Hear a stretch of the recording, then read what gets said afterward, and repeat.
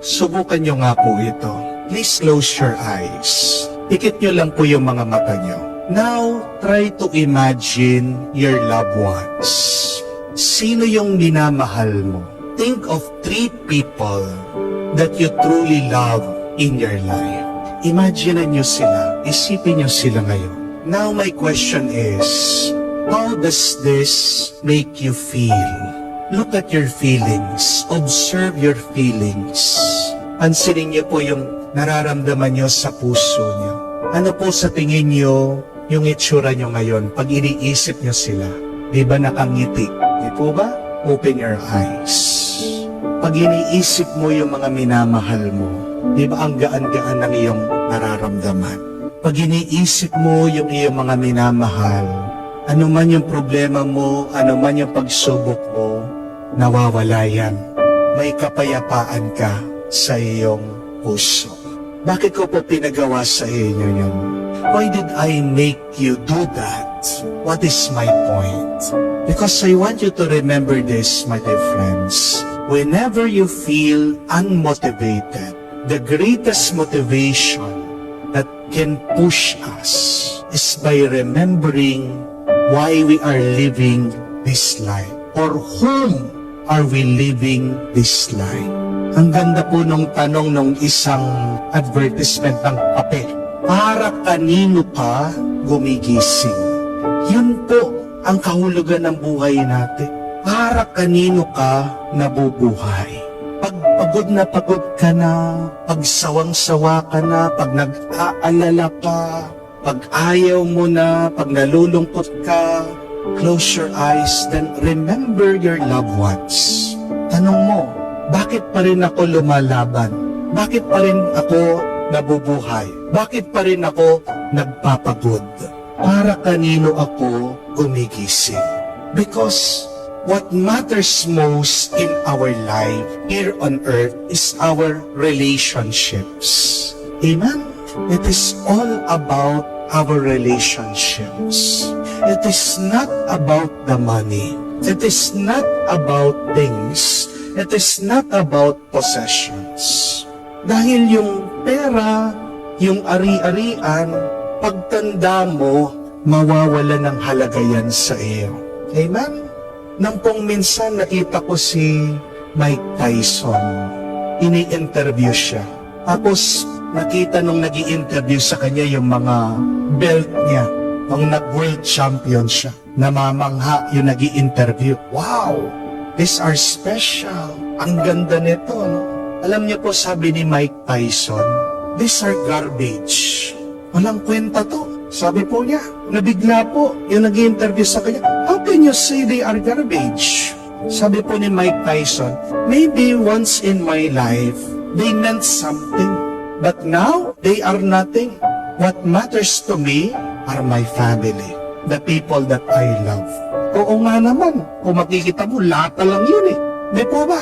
Para saan ang buhay mo kung wala kang kasama? Mukha, pagkaganda-ganda nga ng iyong sasakyan. Kung mag-isa ka lang, mukha kang driver. Di po ba? Para saan? Kung kalaki-laki ng iyong bahay, kung mag-isa ka lang, bahay ng multo yun. Titira doon mga kwago, mga gagamba, mga daga. Mag-isa ka lang, anong tuwa nun? Kahit na pagkarami-rami ng pagkain, kung mag-isa kang kumakain, anong saya doon? Subukan mong kainin lahat, maiimpatyo ka, magkakasakit ka pa. Di po ba? Kahit na lahat ng pinakamagandang sapatos o damit, kung mag-isa ka lang, sinong titingin sa iyo? Sino magsasabi, ang ganda mo, ang gwapo mo? Di po ba?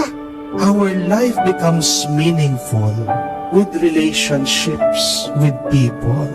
At naiintindihan ng Diyos siya. Kaya nga, nung ginawa niya si Adan, napansin niya na siya po ay malungkot. Anong ginawa ng Diyos? Gumawa pa siya ng isang tao, si Eva. Dahil hindi daw compatible itong si Adan, kahit na may puno, kahit na may hayop, iba pa rin yung kamukha niya, yung tao. Mahalaga sa Diyos ang relasyon, ang ugnayan. Kaya tingnan niyo po, pag mag-isa si Jesus, palagi siyang nagdarasal. Kanino siya nagdarasal? Anong tawag niya sa Diyos? Ama, ang aking Ama. At narinig natin sa Ebanghelyo, tinatawag niya yung mga nakikinig sa kanyang salita, tumutupad sa kagustuhan ng Diyos bilang kanyang pamilya. Para kanino namatay si Jesus? Bakit nagpapako siya sa krus? Hindi naman para sa katanyagan, hindi naman para sa pera, para sa taong mahal niya. Yun yung mahalaga sa Diyos. At kailangan nating maunawaan yan. Pag nawawala ang halaga ng relasyon sa atin, nakikita niyo po, diyan tayo nadidepress, diyan tayo nalulungkot, diyan tayo nawawala at magwawala sa buhay. Alam niyo po ba sa Japan, bakit ang hahaba ng buhay ng mga tao? Meron silang tawag dun sa kanilang purpose, dun sa kanilang layunin. Ikigai, sabi po nila, ang dahilan bakit ako nabubuhay. At makikita niyo po, napakasimple nung kanilang dahilan bakit sila nabubuhay. Kasi walang mag-aalaga dun sa apo. Bakit nagigising ng maaga, pagkatanda-tanda na, kahit nakukuba na, inaalagaan yung apo? Bakit gumigising ng maaga? Anong nasa isip? Magtatrabaho ako para may makain ang aking pamilya. Pupunta ako doon sa bukid, magtatanim ako para may makain ang mga tao. Ako'y magbubukas ng panaderya, gagawa ko ng masarap na tinapay para ma-enjoy ng mga tao. Tingnan niyo po, tao yung naiisip. Hindi po yung pera. Aaluhin mo yung pera nang wala ka namang kasama para ma-enjoy ang pera. Amen? Walang kwenta.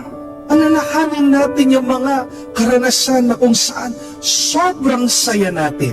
Hindi ba yan yung mga panahon na pagsama-samang nagdarasal, nagsisimba, kahit na sama-sama lang na natutulog, maghapon doon sa bahay? These are wonderful memories. Bakit ang tao nangihina, nawawalan ng ganang mabuhay? Dahil nawala, namatay yung relasyon. Kaya nga po, sa Amerika, sa Europe, pag pumunta kayo, ang dami pong mga matatanda may Alzheimer. Ang dami pong mga matatanda depressed. Bakit? Dinala na po dun sa Home for the Aged. Masyado pong busy yung kanilang mga anak, yung kanilang mga pamilya. Wala na pong panahon para alagaan sila. Nagbabayad pa nga po sila ng mga tao na mag-alaga sa kanila. Meron pa nga po nagbabayad ng tao para may makausap sila. Hindi po ba napakapalad natin? Kaya nga, kung pagod ka, ang unang-una dapat isipin mo yung mga minamahal mo. At tanungin mo ang iyong sarili, bakit ka pa rin lumalaban? Bakit ka pa rin nagpapagod? Bakit ka pa rin nabubuhay? And it is also good to ask, do we treat God as part of our family? Kumusta yung relasyon mo sa Diyos? Isa din dahilan yan, bakit nawawalan tayo ng dahilan para mabuhay? Nakalimutan natin, sino ba ang nagbigay ng buhay na ito? Kaya nga, nawawala na din yung ating utang na loob sa salamat sa Diyos. Mga kapatid, pagpagod ka na sa buhay, pahinga ka, pero wag na wag kang titigil. Amen? Kailan ka dapat tumigil? Pag tapos na. Pero pag hindi pa tapos, wag kang titigil. Pero kailan ba matatapos ang ating mga relationship, ang ating mga ugnayan? Kahit ang kamatayan, hindi niya matatapos ang ating mga ugnayan. Dahil yan ang paniniwala natin. Hanggang sa susunod na buhay, magkikita-kita tayo. Kaya napakahalaga, bigyan natin ng pansin, pahalagahan ang ating relasyon sa bawat isa. Remember, my dear friends, that the greatest motivation for us should always be our relationships. What matters most is our relationships. Yan lang yung may dadala natin pagkatapos ng buhay natin dito sa mundo. Yung pera, yung ari-arian, maiiwan lang yan. Pero yung ating ugnayan at pagmamahal hanggang sa susunod na buhay, hanggang sa langit, buhay